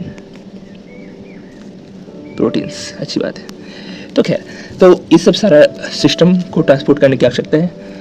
कहाँ है इसका स्टोरेज ऑर्गन्स, ऑब्वियसली आपका स्टोरेज ऑर्गन बहुत टाइप के हो सकते हैं, roots, fruits, seeds and things like that. Sorry, इस चीज़ के लिए बोलते बोलते थोड़ा मुँह सूख गया, तो चलिए फिर पानी वगैरह तो मैं पीऊँगा, बट इसको फिनिश कर लेते हैं, फिर अपना वो वाटर का इंटेक लेंगे। थोड़ा सा ओके ब्रेक। तो देखिए, transport location of food and other substances take place in sieve tubes. Sieve tubes कुछ नहीं, फ्लोएम का टाइप है सीव ट्यूब्स। वहाँ पे वेसल था, याद है, वेसियल, ट्रैकियार्ड्स, जाइलम में। यहाँ पे क्या आपको मिलेगा, सीव ट्यूब्स, कंपेनियन सेल्स। ठीक है, वहाँ पे आप समझो, जो क्लास 9 में आपने पढ़ा होगा, क्या पढ़ा, जाइलम में वेसल्स होते हैं, और क्या पढ़ा, ट्रैकियार्ड्स होते हैं, और क्या पढ़ा, जाइलम पैरेन्काइमा होता है। उसी तरह फ्लोएम में क्या होता है, फ्लोएम में सीव ट्यूब्स होते हैं। सीव, सीव माय फ्रेंड, छलनी देखा है, छलनी जिसे हमारी मम्मी लोग वो आटा वगैरह छानती है, वो सीव बोलते हैं उसको, सीविंग, छानना। सीव ट्यूब्स होंगे, कंपेनियन सेल्स होंगे। फ्लोएम के एग्जांपल बता रहा हूँ, ठीक है, फ्लोएम के पार्ट बता रहा हूँ, फ्लोएम टिश्यू के। उसके अलावा आप और समझो, फ्लोएम पैरेन्काइमा होगा। तो ये सारा चीज़ मिल के एक्चुअली फ्लोएम कंस्टिट्यूट करता है। ठीक है, तो जो फ्लोएम है वो सबसे पहले जो ट्रांसलोकेशन ऑफ फूड करेगा वो सीव ट्यूब्स में करेगा, एंड देन फिर वो कंपेनियन सेल में बगल में चला जाएगा। और ये जो मूवमेंट होता है दोनों जगह होता है, अपवर्ड और डाउनवर्ड। तो इसलिए इस तरह के मूवमेंट को हम लोग बोलते हैं बाई डायरेक्शनल। जो वाटर का मूवमेंट हो रहा था नॉर्मली ऊपर की ओर ही हो रहा था, उस तरह के डायरेक्शन को बोलते हैं नॉर्मली यूनी डायरेक्शनल। तो एक डिफरेंस जो क्रिएट हो रहा है धीरे धीरे आप समझते चले जाना। ठीक है, नॉर्मली आप देखते हो कि जो जाइलम में जो काम कर रहा है वो नॉर्मली फिजिकल फोर्सेस एक्टिव है। फिजिकल फोर्सेस कौन कौन से मैंने बताया था आपको, फिजिकल फोर्सेस एक तो रूट प्रेशर हो गया और दूसरा क्या हो गया, ट्रांसपिरेशन। ठीक, लेकिन आप देखोगे जो ट्रांसलोकेशन होगा फ्लोएम में, जो फूड वगैरह का ट्रांसपोर्ट होगा, उसमें आपको एनर्जी रिक्वायरमेंट होगी। ठीक है, energy requirement in the form of ATP molecules. और जब भी एनर्जी रिक्वायरमेंट होती है in the form of ATP molecules, उस तरह के ट्रांसपोर्ट को हम लोग कैसे ट्रांसपोर्ट बोलते हैं, एक्टिव ट्रांसपोर्ट बोलते हैं। ये तो आपको पता ही होगा, अच्छी बात है। जब एक्टिव ट्रांसपोर्ट बोलते हैं तो इसको कैसे मेंटेन करेंगे, उसके लिए आपको चाहिए एक वर्ड का नॉलेज होना चाहिए, उसको बोलते हैं ऑस्मोटिक प्रेशर। ठीक है, ये जो ऑस्मोटिक प्रेशर होता है वो वाटर के मूवमेंट में भी हेल्प करती है। ठीक, अभी जो प्रेशर डिफरेंस क्रिएट होगा उसकी वजह से फूड जो है वो from high pressure to low pressure water के तरीके से वो मूव करेगा using ATP molecules as energy currency. कोई दिक्कत आपको? नहीं, कोई दिक्कत नहीं, अच्छी बात है। तो जिस प्रकार का प्लांट्स नीड रिक्वायर्ड होता है, मान लीजिए कि कहीं पे फूड की आवश्यकता है, एनर्जी फ्यूल के तौर पे तो सब जगह यूज़ हो सकता है, और कुछ जगह ज़्यादा है कुछ जगह कम है, तो आप कहाँ सप्लाई करोगे, यहाँ कम है। तो इस तरीके से जो फ्लोएम का ट्रांसपोर्ट होता है वो अलग अलग तरीके से अलग अलग जगह पे डिपेंडिंग ऑन द प्लांट का नीड कहाँ कैसी आवश्यकता है वहाँ पे वो जाएगा। फॉर एग्जांपल, एक एग्जांपल बड़ा खूबसूरत एनसीईआरटी में दिया हुआ है कि स्प्रिंग सीजन में जब बडिंग समय होता है, जब भबरे आ रहे होते हैं, जब नया नया फ्रूट उगने को तैयार होता है, उस समय एनर्जी की रिक्वायरमेंट वहाँ ग्रोथ के लिए है बर्ड्स के पास। अब बर्ड्स के पास अगर एनर्जी रिक्वायरमेंट है तो जो शुगर मतलब फूड आपके रूट और स्टेम टिश्यूज में कंजर्व्ड है, प्रोटेक्टेड है, उसको आपको वहाँ पे ट्रांसपोर्ट करने की आवश्यकता है। कौन करेगा? Obviously you know that phloem. चलिए खैर, हमारा टाइम 47 यानी आप समझ लो कि ऑलमोस्ट 1 घंटा होने को है, 10 से 15 मिनट से बचे हुए हैं। तो ये हम लोग का जो टॉपिक था ट्रांसपोर्टेशन प्लांट्स, ये फिनिश हो गया। ये कुछ 4 से 5 क्वेश्चन है डिस्कशन के, इसको हम लोग डिस्कस करके ही आज का क्लास ऑफ करेंगे। बट फिलहाल के लिए आप इतना ही जानो कि थिंग इज दैट कि हम लोग क्या क्या पढ़ चुके हैं। हम लोग पढ़ चुके हैं डाइजेस्टिव सिस्टम, ठीक है। ऑब्वियसली वी आर ह्यूमन, तो ह्यूमंस वाला चीज़ हम लोग के लिए ज़्यादा इंपॉर्टेंट है। बाकी आप क्लास 12 वगैरह में सब चीज़ पढ़ोगे, वो वापस से रिपीट होगा डिटेल में। तो हम लोग सबसे पहले पढ़े थे डाइजेस्टिव सिस्टम, कि जो हम लोग खाना लेते हैं उसको पचाते कैसे हैं, डाइजेस्टिव सिस्टम। फिर खाना लेके उससे एनर्जी कैसे निकालते हैं, हमने सीखा respiratory system.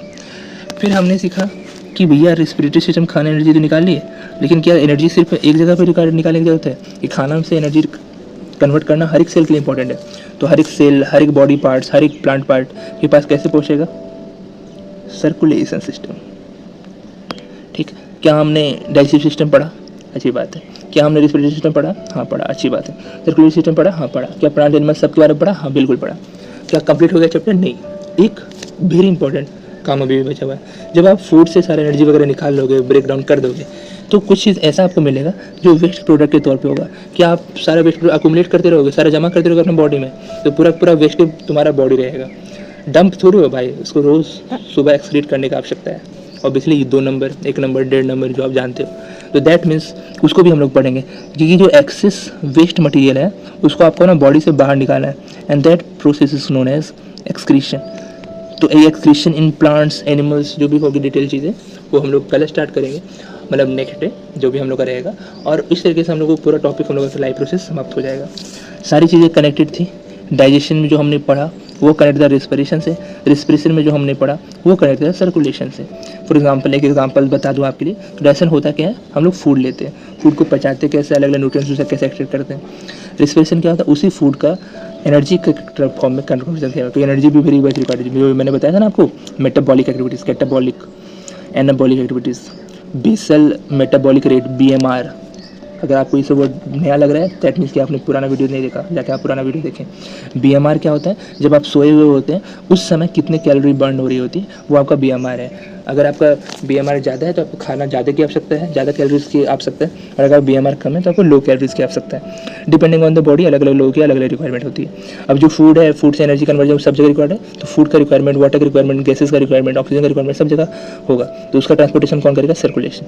Obviously you know that कि भैया हमारे एनिमल में वो ब्लड है और प्लांट में वो क्या है? प्लांट में वाटर है।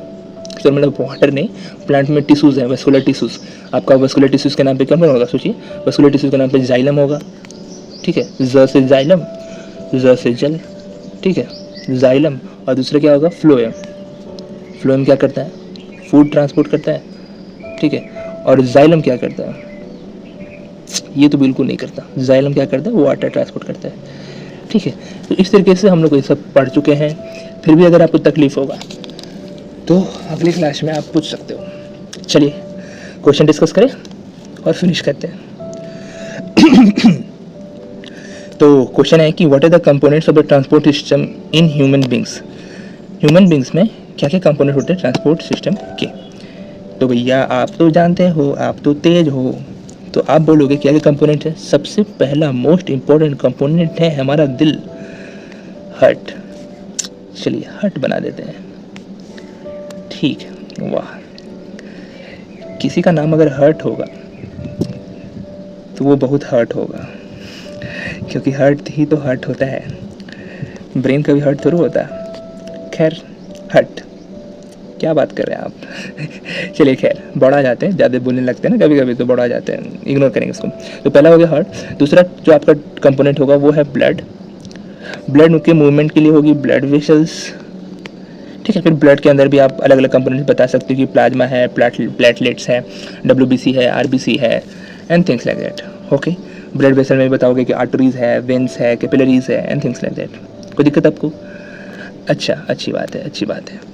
अच्छा, अभी थोड़ा सा मैं आपको रुकेंगे और मैं आपको ना पिछले चैप्टर में, पिछले जब मैं डिस्कशन कर रहा था सर्कुलेशन इन ह्यूमन बींग्स, तो मैं बताना तो चाहता था लेकिन फिर मिस हो गया वो वाला बात। तो उसको हम लोग एक चीज़ मैं करवा दूंगा अभी, ब्लड ग्रुप के बारे में, कि ब्लड ग्रुप का कैसा सिस्टम होता है, कौन किसको डोनेट कर सकता है, कौन किसको डोनेट नहीं कर सकता, क्या होता है यूनिवर्सल डोनर, कौन होता है universal receptor, and things like that. बड़ा आसान सा तरीका है। ठीक है, तो हम लोग उसको डिस्कस कर लेंगे।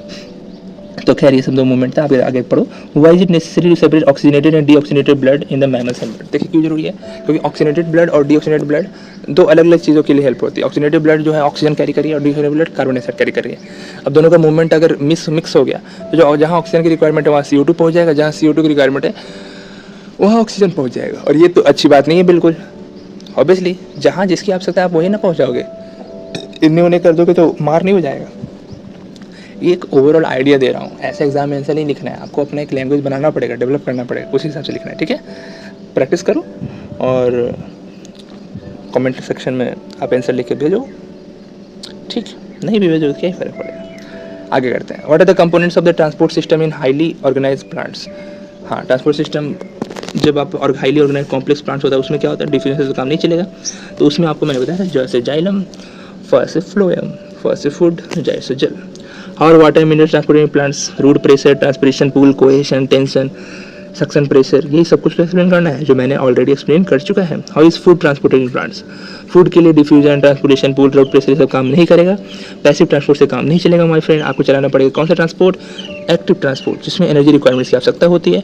एंड फिर फूड ट्रांसपोर्ट हो पाएगा। हो गया समाप्त। बट मैंने जैसा कि प्रॉमिस किया था आपको मैं आज सिखाऊंगा कि भैया ब्लड ग्रुप का क्या कहानी रहने वाला है। तो देखिए जो ब्लड ग्रुप का कहानी रहने वाला है उसको जिस बंदे ने ये दिया था उस बंदे का नाम था लैंडस्टीनर। ये जो ब्लड ग्रुप सिस्टम है, इस ब्लड ग्रुप सिस्टम को अपन बोलते हैं एबीओ सिस्टम। अब बोलेंगे एबीओ का है बोलते हैं, तो ध्यान से सुने, ध्यान से सुने, ध्यान से सुने। अरे यार आप बहुत बहुत बहुत बहुत नौटंकी करते हैं, तो ध्यान से सुनिए। तो हमारी बॉडी में हम लोग को दो चीज़ जानना है, एक होता है एंटीजन और एक होता है एंटीबॉडीज़। प्लाज्मा में एंटीबॉडीज़ होता है, आरबीसी पे एंटीजन होगा, ठीक है। तो हमारा ब्लड, मतलब ब्लड में समझ लो, ब्लड में हमारा एंटीजन है और एंटीबॉडी है। तो ध्यान से सुनिए, मैं लिख रहा हूँ और आप सुनेंगे। ए बी, ए बी और ओ। ए में, बी में, ए बी में और ओ में। ध्यान से सुनिए। ए में इसलिए बोला जाता है इसको ए क्योंकि हमारा ब्लड में ए एंटीजन लाई करा होगा, यहाँ पे बी एंटीजन लाई करा इसलिए बी नाम दे देगा। ए बी में दोनों लाई कर रहा होगा और ओ मतलब जीरो टाइप का दिख रहा है, मतलब कोई एंटीजन नहीं है इसमें। एंटीजन मतलब समझ लो नेचर, ठीक है।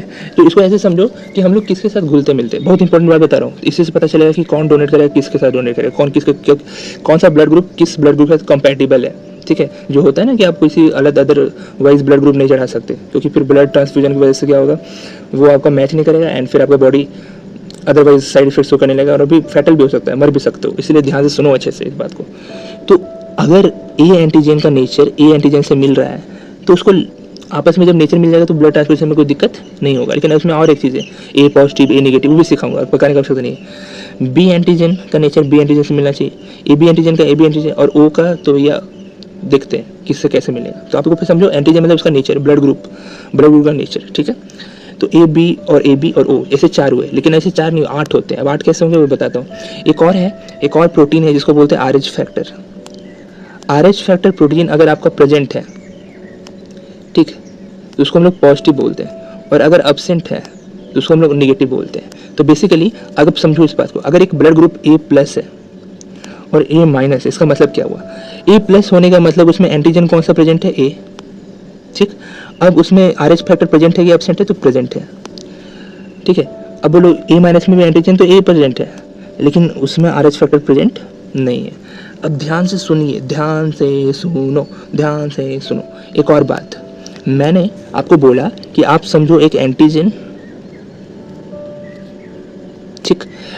एक और बात बताता हूँ, एक होता है एंटीबॉडीज और एक मैंने बोला RH फैक्टर, और मैंने एग्जांपल दिया A का, A+ का, ठीक। अभी जो A+ है उसमें एंटीजन क्या होगा, उसमें एंटीजन होगा A, एंटीबॉडी जो बनेगी वो एंटी-B बनेगी। एंटी-B मतलब B के अगेंस्ट में काम करेगा इसका एंटीबॉडी, ठीक है। एंटी मतलब अपोजिट और B मतलब तो B होता है, यानी B एंटीजन के अगेंस्ट में ये बॉडी काम करेगी, क्योंकि इसमें A है। तो ऑब्वियसली अगर आपका नेचर मिलनसार है तो आप ऑब्वियसली उसके अपोजिट में काम करोगे मतलब उसके कोई भी अगर अपोजिट का बंदा आ गया जो मिलनसार नहीं है तो आप तो कोशिश करोगे, लेकिन सामने वाला मिलना नहीं चाहते तो फिर क्या ही कर सकते हो आप, समझ में आ गया। तो दैट मीन्स कि आप हमेशा दूसरे साइड वाले को अपोज करोगे। तो अगर आपका नेचर ए है तो आप बी वाले एंटीजन को आप अपोज करोगे, इसलिए आपका जो एंटीबॉडी क्रिएट होगा, जो फाइट करने वाला टेंडेंसी है वो एंटी-बी क्रिएट होगा। क्या RH प्रेजेंट है, प्लस मतलब हाँ प्रेजेंट है, तो भैया प्रेजेंट है, अच्छी बात है। इस समझ में आ गया, यही मेन था। अब अगर आप ये समझ गए ना तो आप आराम से समझ सकते हो। अब सुनिए कि कौन किसको ब्लड डोनेट कर सकता है। बेसिकली ब्लड डोनेशन का ये कहानी है कि जो सामने वाला ब्लड आ रहा है, उसका सारा चीज़ आपका नेचर मैच करना चाहिए। उससे आप वाकिफ़ हो, उससे आप क्या हो, वाकिफ़ हो। वाकिफ़ मतलब कि उसको देख के ऐसा लगे अरे यार ये तो मेरे ही जात का है, अरे यार इससे तो मेरे को जानते हैं, मेरे को तो आदत है इस ब्लड का। कैसे, एग्जांपल देता हूँ। मान लीजिए कि आपका ब्लड ग्रुप है ए पॉजिटिव और आप में एक ब्लड आ जाता है ए, इसको अच्छे से लिखें, ए नेगेटिव का। अब ध्यान से सुनिए, क्या आपका बॉडी इसको एक्सेप्ट करेगा कि नहीं करेगा, तो इसको ध्यान से सुनिएगा, समझिएगा। ए पॉजिटिव मतलब ए एंटीजन है इसमें, ए नेगेटिव मतलब ए एंटीजन है। चलिए एंटीजन तो मैच कर गया, एंटीजन भैया आपका मैच कर गया, यहीं पे खेला हो गया। जब एंटीजन ए का आदत है आपका बॉडी को, तो भैया चलिए ये तो अच्छी बात है, इसमें तो पास हो गया। जब एंटीजन मैच कर जाता है तब आपको देखना है कि आपको किस चीज़ की आदत है, आरएच फैक्टर की आदत है कि नहीं, देखते हैं। ठीक है, राइटिंग यार बहुत गंदा हो गया यार, कोशिश करें वापस से अच्छे से क्लीन लिखने का। थोड़ा सा आप लोग सब्र करेंगे, ऑब्वियसली जब इतना सब्र कर चुके हैं तो थोड़ा सा आप कर ही सकते हैं। तो मैंने बोला यहाँ लिखा हुआ है ए पॉजिटिव और आपके खून में किसका खून आ रहा है, कैसा ब्लड ग्रुप, ए माइनस। देखते हैं कॉम्पैटिबल हुआ कि नहीं। क्या आपको एंटीजन की आदत थी, क्या आपका एंटीजन मैच कर रहा है दोनों का, yes antigen matching, very good. क्या आपको आरएच फैक्टर की आदत थी और जो सामने वाला बंदा है वो आरएच फैक्टर लेके आ रहा है, सामने वाला बंदा आरएच फैक्टर लेके नहीं आ रहा है। क्यों नहीं लेके आ रहा है, क्योंकि यहाँ माइनस है, बट आपको आरएच फैक्टर की आदत थी, अच्छी बात है, आदत थी लेके नहीं आ रहा तो कोई दिक्कत तो हुआ नहीं। तो भैया इस तरीके से आप दोनों चीज़ में पास हो गए, यानी ए निगेटिव वाला बंदा ए पॉजिटिव वाले बंदे को ब्लड डोनेट कर सकता है। बोले भैया समझ नहीं आया, हमको थोड़ा बेटर और समझाओ। चलिए हम आपको और पूछते हैं, ए निगेटिव है ठीक, क्या इसको ओ पॉजिटिव वाला बंदा डोनेट कर सकता है, यस और नो। ध्यान से स्टार्ट करेंगे। सबसे पहले हम लोग चेक करेंगे एंटीजन, कि उसको किस एंटीजन की आदत है। आपको, आप जो ए निगेटिव हो, आपको किस एंटीजन की आदत है, आपको ए एंटीजन की आदत है। जो बंदा आ रहा है क्या वो ए लेके आ रहा है, बी लेके आ रहा है कि क्या लेके आ रहा है, वो घंटा कुछ लेके नहीं आ रहा, कोई एंटीजन नहीं होता ना ओ में, दैट मीन्स कि आपको घंटा फर्क नहीं पड़ेगा, आपको तो अच्छी बात है ना, ए की आदत है। अच्छा वो बी लेके आता है तो फिर दिक्कत हो जाता है, लेकिन उसमें ओ में तो कुछ नहीं है। अच्छा एक और बात करते हैं, एक और बात होता है ना इंपॉर्टेंट, हाँ वो है आरएच फैक्टर। अब सोचो आरएच फैक्टर क्या है, आरएच फैक्टर है यहाँ पे नेगेटिव। आरएच फैक्टर नेगेटिव होने का मतलब कि आपको आरएच फैक्टर की आदत नहीं है, लेकिन जो बंदा आ रहा है वो आरएच फैक्टर लेके आ रहा है। अब आपके ब्लड को आरएच फैक्टर की आदत है नहीं, जो बंदा आ रहा है वो ब्लड लेके आ रहा है, दैट मीन्स आपको आरएच फैक्टर की आदत नहीं होने की वजह से आपका ब्लड इस आरएच फैक्टर को एक्सेप्ट नहीं करेगा। और जब आप ऐसा ब्लड ट्रांसफ्यूजन करोगे, ओ पॉजिटिव वाला बंदा ए नेगेटिव को अगर ब्लड दे देता है तो that is fatal, that is dangerous for your health. तो ये समझ में आया कि कौन सा ब्लड ग्रुप किसको डोनेट कर सकता है, कौन सा ब्लड ग्रुप से आप अपना डोनेशन ले सकते हो या फिर आप किसको डोनेट कर सकते हो। आई hope you get it. That means जो आप बोलते हो ना कि ओ वाला जो ब्लड ग्रुप है, अच्छा वो पॉजिटिव की ओ नेगेटिव, ओ नेगेटिव को अपन यूनिवर्सल डोनर बोलते हैं, ओ नेगेटिव को अपन यूनिवर्सल डोनर बोलते हैं। क्यों बोलते हैं ओ नेगेटिव को यूनिवर्सल डोनर, मतलब ये खून किसी को भी दे सकता है। क्यों ये खून किसी को भी दे सकता है, वजह बताता हूँ, ध्यान से सुनिएगा। ओ माने इसमें कोई एंटीजन नहीं है, ना ए है ना बी है, तो किसी के साथ भी जाके, क्योंकि उन लोग को तो ए बी या फिर ओ, देखिए ये ए के पास तो जाएगा ही क्योंकि उसको ए का आदत है और ये तो कुछ नहीं लेके जा रहा है तो आराम से मिल जाएगा, दोस्त बन जाएगा। बी के पास भी जाएगा क्योंकि उन लोग को बी का आदत है और इसके पास तो कोई एंटीजन नहीं है तो आराम से दोस्त मिल जाएगा। ओ के पास तो जाएगा ही क्योंकि उसको भी कोई एंटीजन का आदत नहीं है, इसको भी कोई एंटीजन का आदत नहीं है, आराम से दोस्त बन जाएगा। ठीक है, मतलब उसको किसी एक्स्ट्रा आदत है, उसका कोई दिक्कत नहीं है। बस ये जो आ रहा है इसके पास एक्स्ट्रा कुछ नया चीज़ नहीं होना चाहिए जिसका उसको पूरा होने वाला का आदत ना हो। समझ में आ रहा है बात, मतलब जो ये डोनेटर जो है ये ओ नेगेटिव, इसके पास कुछ एक्स्ट्रा नहीं होना चाहिए इन कंपेरिजन टू जिसके पास आप जा रहे हैं। ठीक है, किसी एक्स्ट्रा कुछ चीज़ का आदत नया कुछ ना हो उसका बॉडी के लिए, पुराना चलेगा। ठीक है, सेम चीज़ चलेगा। तो यूनिवर्सल डोनर ओ नेगेटिव को इसलिए बोलते हैं क्योंकि ये ए पॉजिटिव ए नेगेटिव सबको खून दे सकता है। A positive A negative, B positive B negative, O positive O negative सबको खून दे सकता है। क्योंकि ए के पास जाएगा तो भैया ये कुछ नया एंटीजन लेके तो नहीं जा रहा, तो ठीक है। इसके पास प्लस और माइनस मतलब आरएच फैक्टर एब्सेंट है तो आरएच फैक्टर भी नया नहीं है, यानी ये कभी भी कोई प्रॉब्लम क्रिएट नहीं करेगा। उसी तरह बी में भी आराम से जाके कोई दिक्कत नहीं, कंफर्टेबल हो जाएगा। ओ में भी जाके आराम से कंफर्टेबल हो जाएगा। तो what is universal donor blood group? O negative. I hope you get it. हाँ, यूनिवर्सल एक्सेप्टर कौन है? यूनिवर्सल एक्सेप्टर मतलब जो सबसे खून ले सकता है वो है ए बी पॉजिटिव। देखिए, खून लेना है तो आपको देखना है कि सामने वाला बंदा लेके जो आ रहा है क्या मुझे उसकी आदत है कि नहीं। जैसे क्या A B positive O negative से खून ले सकता है, ए पॉजिटिव से ले सकता है, ए नेगेटिव से खून ले सकता है, बी पॉजिटिव से ले सकता है, बी नेगेटिव से ले सकता है, ए बी पॉजिटिव से ले, सबसे ले सकता है। कैसे, मैं बताता हूँ। चलिए किसी एक के ऊपर करता हूँ। चलिए ए पॉजिटिव देखते हैं। यहाँ देखिए, ए बी पॉजिटिव मतलब इसमें ए भी है, बी भी है और आर एच फैक्टर भी है। ए पॉजिटिव जो ला रहा है उसमें ए आ रहा है और आर एच फैक्टर आ रहा है। क्या ए और आर एच फैक्टर की आदत नहीं है आपको? Yes my friend, you have that habit, you know that blood. कह रहे यार हमको तो इसी खून की आदत है। अच्छी बात है। चलिए आप दूसरा एग्जाम्पल लेते हैं। मैं लेता हूँ ए माइनस का। ए माइनस में ए एंटीजन है। क्या आपको ए एंटीजन की आदत नहीं है? हाँ है। माइनस मतलब आर एच फैक्टर है ही नहीं। आपको तो आर एच फैक्टर का आदत है, अगर होता भी तो कोई दिक्कत नहीं है क्योंकि आपको आर एच फैक्टर से ऑलरेडी आदत है। ठीक, अच्छी बात है। अब हम एक एग्जाम्पल और देंगे, उसके बाद इसको हम रैप अप कर लेंगे। क्या A B negative A positive का खून ले सकता है? यस और नो? आप बताइए, आप बताइए, बताइए, बताइए। सबसे पहला सवाल क्या पूछेंगे कि आप, ये आप हो जो खून ले रहा है और ए प्लस पॉजिटिव आपका दोस्त जो आपको खून दे रहा है, क्या आपको ए एंटीजन बी एंटीजन की आदत है? हाँ, ए बी में मतलब ए एंटीजन बी एंटीजन की आदत है। जो आपका दोस्त है उसको उसका ब्लड ग्रुप कौन सा है? ए, मतलब वो भी ए है। वाह, मैच करके ना एंटीजन, तो कोई दिक्कत नहीं है।